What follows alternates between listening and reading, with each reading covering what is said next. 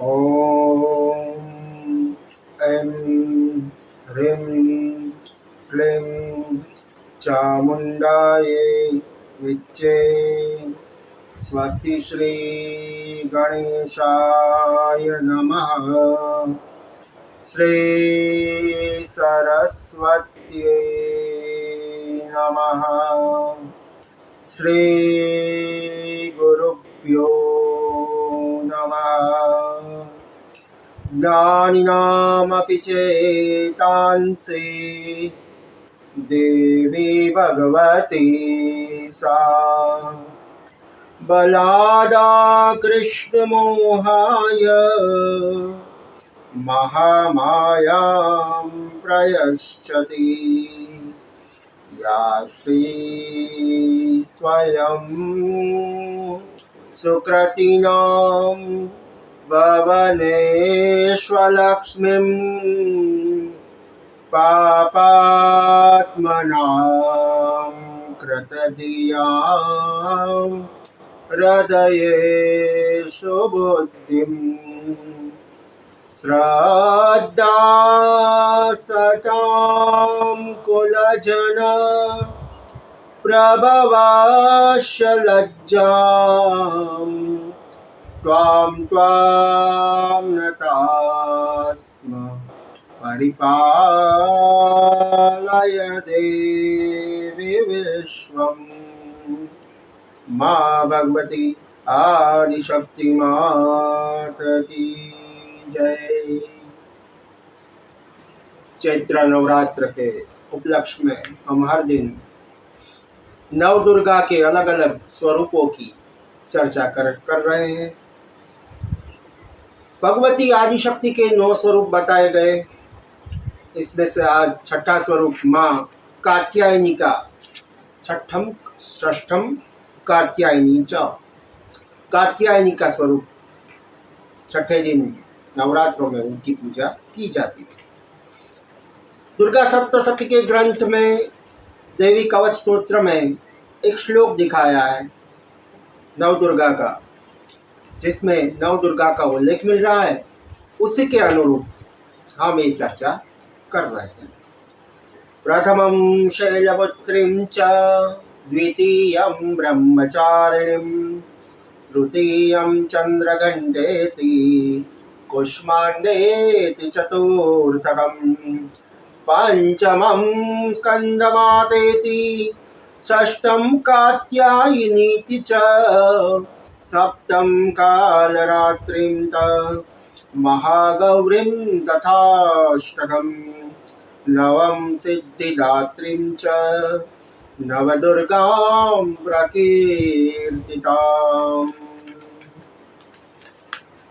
छठः कात्यायनी च।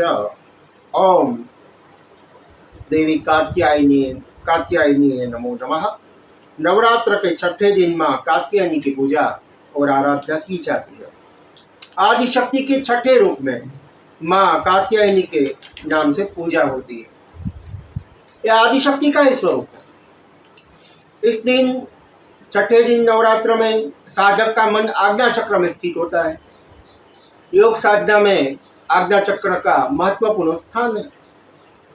महर्षि कात्यायन ने कठिन तपस्या से प्रसन्न होकर उनकी इच्छा अनुसार आदिशक्ति ने कात्यायन ऋषि के यहाँ अवतार ग्रहण किया।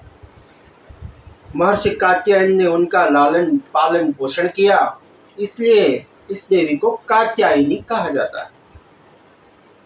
बीज मंत्र बताया, ओम कात्यायनी देव्यै नमो नमः। इस मंत्र के साथ कम से कम छठे दिन 108 जप का अनुष्ठान करना चाहिए। ध्यान मंत्र भी दिखाया, ओम चंद्राः सुज्वलकरां शार्दूलवरवाहनां कात्यायनीं शुभं दद्दां देवी दानवघातिनीं। माँ कात्यायनी का स्वरूप अत्यंत दिव्य और स्वर्ण के समान है। वे अपनी प्रिय सवारी सिंह पर आरूढ़ है। चतुर्भुज है। माँ का स्वरूप चतुर्भुज बताया।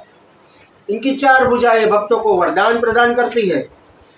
इनका एक हाथ अभय मुद्रा में है तो दूसरा वरद मुद्रा में है। अन्य हाथों में तलवार और कमल है। इनकी उपासना से भक्तों को धर्म, अर्थ, काम और मोक्ष चारों फलों की प्राप्ति सहज ही हो जाती है। उसके भक्तों को रोग, शोक, संताप और भय चारों से मुक्ति मिलती है। जन्मों के समस्त पाप भी नष्ट हो जाते हैं इसकी आराधना से। कात्य गोत्र में महर्षि कात्यायन ने भगवती परम्बा की उपासना की, कठिन तपस्या की थी। इनकी इच्छा थी कि उनके यहाँ आदिशक्ति स्वयं पुत्री बन के आए। माँ भगवती ने उन्हें वर प्रदान किया कि उनके घर वो पुत्री के रूप में आएगी, इसलिए इनको कात्यायनी कहा जाता है। इस वैज्ञानिक युग में कात्यायनी का महत्व सर्वाधिक हो जाता है। इनकी कृपा से सारे कार्य पूर्ण हो जाते हैं।